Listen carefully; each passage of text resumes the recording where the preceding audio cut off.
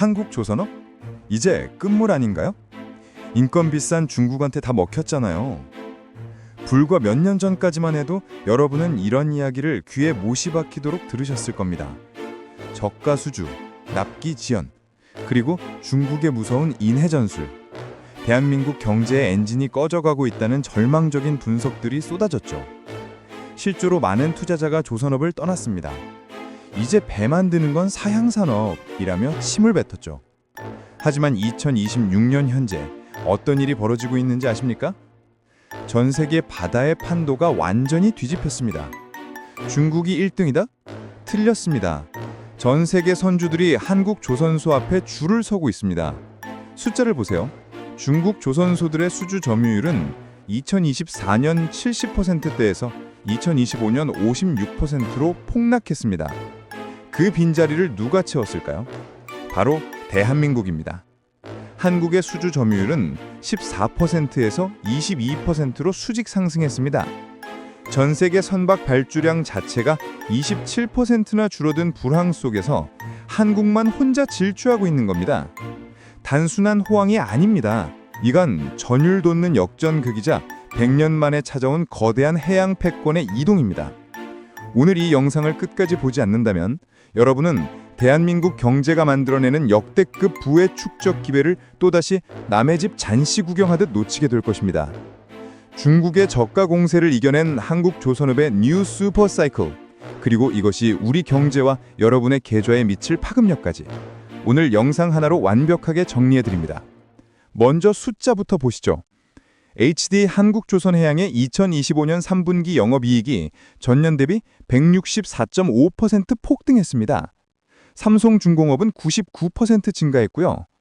이건 단순히 배를 많이 만들어서가 아닙니다. 배 한 척당 가격이 완전히 달라졌거든요. LNG선 한 척 가격이 2억 6천만 달러, 우리 돈으로 3,500억 원을 넘어섰습니다. 과거 중국과의 저가 경쟁으로 적자를 면하던 시절과는 차원이 다른 얘기입니다. 그런데 왜 갑자기 전 세계 선주들이 비싼 돈 주고 한국 배를 사려고 할까요? 중국 조선소가 갑자기 배를 못 만들게 된 걸까요? 아닙니다. 중국은 여전히 막대한 생산 능력을 갖춘 거인입니다. 하지만 치명적인 문제가 생겼습니다. 바로 지정학입니다. 미국 무역대표부가 중국 조선업의 불공정 무역 관행을 정조준하면서 상황이 완전히 바뀌었거든요. 만약 무역법 301조가 발동되면 중국산 선박이 미국 항구에 들어갈 때마다 막대한 항만세를 물어야 합니다. 선주 입장에서 생각해보세요. 배값이 10%에서 20% 싸다고 해도 그 배를 운용하는 20년 내내 세금 폭탄을 맞는다면 그건 싼 게 아니라 재앙이죠. 결국 글로벌 선주들은 이 차이나 리스크를 피할 수 있는 유일한 도피처, 바로 한국 조선소로 몰려들고 있는 겁니다. 여기에 사우디아라비아가 쐐기를 박았습니다. 오일머니의 상징 사우디가 최근 10조 원 규모의 초대형 가스선 프로젝트를 어디에 맡겼을까요? 중국이 아닙니다. 바로 한국의 조선 3사입니다. 사우디는 바보가 아닙니다. 10조 원입니다. 연봉 6천만 원 직장인 16만 명의 1년치 연봉을 한 번의 계약서에 사인한 겁니다. 이제 한국은 싼 배를 많이 만드는 나라가 아니라 전 세계가 제발 배를 만들어달라고 줄을 서는 수술실의 집도이가 되었습니다. 하지만 여기서 안심하면 안 됩니다. KISTE 보고서를 보면 한국과 중국의 친환경 선박 기술 격차가 이제 겨우 0.7년밖에 안 됩니다. 턱 밑까지 쫓아온 거죠. 게다가 중국은 자국의 거대한 해운사들이 자국 조선소에 배를 발주해주면서 실전 기술을 쌓을 기회까지 독점하고 있습니다. 그렇다면 한국은 어떻게 이 추격을 따돌리고 있을까요? 첫 번째 비밀병기는 암모니아 엔진입니다. 탄소 중립 시대에 배는 이제 기름이 아니라 암모니아로 가야 합니다. 탄소를 전혀 배출하지 않는 꿈의 연료인 암모니아. 하지만 독성이 강하고 연소가 까다롭거든요. HD 현대중공업은 세계 최초로 고압 직분사 암모니아 엔진을 개발했습니다. 이 기술의 핵심은 폭발을 막는 안전 시스템과 고압 제어 기술인데 이건 하루아침에 베낄 수 없는 한국만의 원천 기술입니다. 중국이 겉모량을 흉내낼 수는 있어도 고압 가스를 다루는 정밀한 안전 시스템은 절대 못 따라옵니다.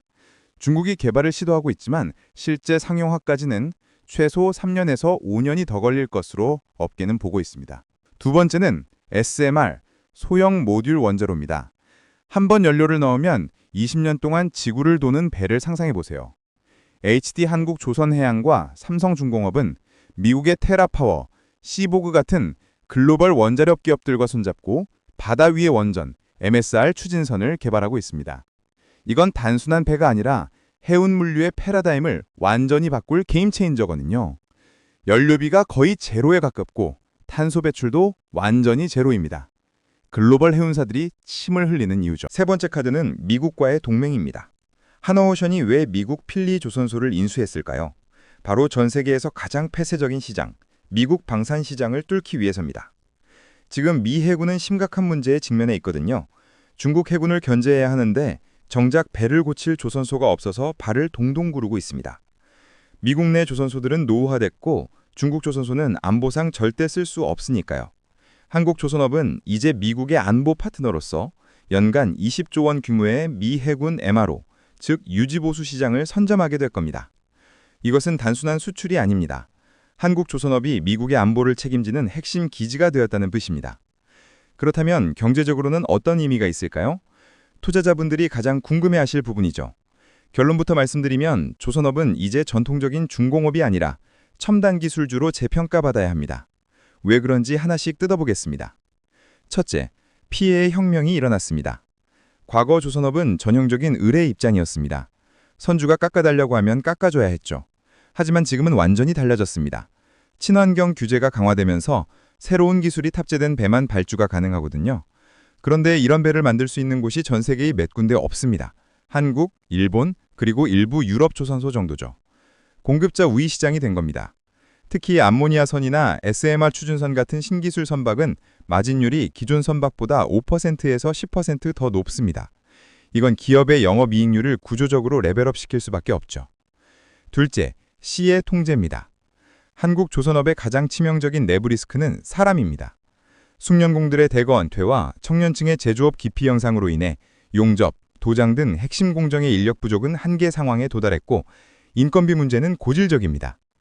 한국 조선소들은 지금 스마트 야드를 통해 이 문제를 해결하고 있습니다. 용접 로봇과 AI가 사람을 대신하는 이른바 다크 팩토리, 보이지 않는 공장으로 변신 중입니다. HD 현대중공업의 경우 이미 용접 작업의 40%를 로봇이 대체하고 있고 2027년까지 이 비율을 70%까지 높인다는 계획을 발표했습니다. 고정비가 획기적으로 낮아지는 거죠. 이렇게 되면 향후 매출이 조금 줄어들더라도 이익은 크게 줄지 않는 탄탄한 수익 구조가 만들어집니다. 셋째, 밸류에이션의 재평가입니다. 지금까지 조선주는 경기 민감주로 분류돼서 낮은 PER을 받았습니다. 호황일 때는 돈을 벌지만 불황이 오면 적자를 면치 못하는 그런 불안정한 산업으로 여겨졌던 거죠. 하지만 이제는 다릅니다. 친환경 기술, 방산, 그리고 자율운항 AI까지 결합된 복합 산업이 됐거든요. 한화오션이 방산 프리미엄을 받는 것처럼 한국 조선업 전체의 멀티플이 상향 조정될 시점이 온 겁니다. 실제로 증권가에서는 HD 한국조선해양의 적정 PER을 기존 6배에서 10배로 상향 조정하는 보고서들이 쏟아지고 있습니다. 여기서 놓치면 안 되는 게 또 하나 있습니다. 바로 수주 잔고입니다. 한국조선 빅3의 수주 잔고가 지금 120조 원을 넘었거든요. 이건 향후 3년에서 4년치 매출이 이미 확정됐다는 의미입니다. 불확실성이 극도로 낮아진 거죠. 게다가 이 수주의 대부분이 고마진 선박들입니다. 과거에는 벌크선, 유조선 같은 단순 화물선이 주류였지만 지금은 완전히 달라졌거든요. LNG선, 암모니아선, 수소선, 메탄올선 등 친환경 선박의 비중이 전체 발주량의 60%를 넘었습니다. 이런 배들은 기술 난이도가 높고 마진도 높습니다. 한국이 절대 강점을 가진 분야죠. 중국은 아직도 벌크선이나 컨테이너선 같은 단순 선박에 집중하고 있는데 이건 앞으로 최소 3년간 안정적인 고수익이 보장된다는 뜻입니다. 또 하나 주목해야 할 트렌드가 있습니다. 바로 재수주 사이클입니다. 2000년대 초반에 지어진 배들이 지금 수명을 다하고 있거든요. 선박의 평균 수명이 20년에서 25년인데 2000년대 초중반은 글로벌 해운 호황기였습니다. 엄청난 양의 배가 쏟아져 나왔죠. 이 배들이 이제 대거 퇴역할 시기가 왔습니다. 게다가 새로운 환경 규제 때문에 오래된 배는 아예 운항이 불가능해졌거든요. IMO 2030이라는 국제해사기구의 탄소 감축 규정이 시행되면서 2030년까지 탄소 배출을 40% 줄이지 못하는 선박은 퇴출됩니다. 결국 선주들은 선택의 여지가 없습니다. 3배를 주문할 수밖에 없죠. 이 제수주 수요만 해도 향후 10년간 연평균 1,500억 달러, 우리 돈으로 200조 원 규모로 추산됩니다. 자유운항선 시장도 폭발적으로 성장하고 있습니다. HD 현대중공업과 삼성중공업은 이미 자유운항 기술을 상용화했거든요. 선박이 스스로 최적 항로를 찾고 날씨를 예측하고 충돌을 회피합니다. 이건 단순히 편의성의 문제가 아닙니다. 연료비를 최대 20% 절감할 수 있고 사고율도 획기적으로 낮출 수 있거든요. 글로벌 해운사들이 프리미엄을 지불하고서라도 이런 배를 원하는 이유입니다. 여기에 AI와 빅데이터가 결합되면서 조선업은 이제 소프트웨어 산업의 속성까지 갖게 됐습니다. 단순히 배를 만들어 파는 게 아니라 배의 운항 데이터를 분석해서 유지 보수 서비스까지 제공하는 통합 솔루션 사업으로 진화하고 있는 겁니다. 그렇다면 중국은 정말 끝난 걸까요? 아닙니다. 중국은 여전히 막대한 생산 능력을 갖춘 거인입니다. 중국은 세계 최대의 철강 생산국으로서 선박 건조 원가의 약 20%를 차지하는 후판, 스틸 플레이트를 저렴하게 조달할 수 있습니다. 반면 한국 조선소들은 포스코, 현대제철 등 국내 제철소들과 매 반기마다 치열한 후판 가격 협상을 벌여야 하며 최근 중국산 후판에 대한 반덤핑 관세 부과 이슈로 인해 원가 부담이 가중될 가능성이 존재합니다. 하지만 중국에게 치명적인 약점이 하나 있습니다. 바로 핵심 부품을 스스로 만들지 못한다는 겁니다. 선박의 심장인 엔진, 특히 친환경 엔진은 대부분 유럽과 한국산입니다. 중국 조선소가 배를 만들어도 엔진은 만덴, 빈터투어시 같은 유럽 업체나 HD 현대엔진 같은 한국 기업에서 사와야 하죠. 여기에 미국의 기술 제재까지 더해지면서 중국은 점점 더 고립되고 있습니다. 첨단 센서, AI 칩, 자율운항 소프트웨어 같은 핵심 기술에 접근조차 못하게 막히고 있거든요. 반면 한국은 완전히 다른 전략을 취하고 있습니다. 부품부터 완제품까지 모든 밸류체인을 자체 조달할 수 있는 생태계를 구축했거든요. HD 현대그룹만 봐도 조선소, 엔진, 전기추진 시스템, 심지어 AI 소프트웨어까지 전부 계열사가 만듭니다. 완전한 수직 계열하죠. 이건 엄청난 경쟁력입니다. 부품 조달에서 발생하는 리스크를 제로로 만들 수 있고 원가도 대폭 절감할 수 있거든요. 게다가 기술 통합도 훨씬 유연하게 할 수 있습니다. 투자자 입장에서는 또 하나 주목할 게 있습니다. 바로 배당입니다. 과거 조선업은 적자와 흑자를 반복하면서 배당을 제대로 못 줬거든요.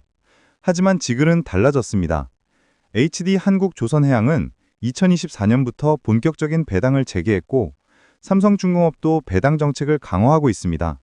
수주 잔고가 쌓여 있으니 향후 실적이 예측 가능하고 그러니 주주 환원도 적극적으로 할 수 있게 된 거죠.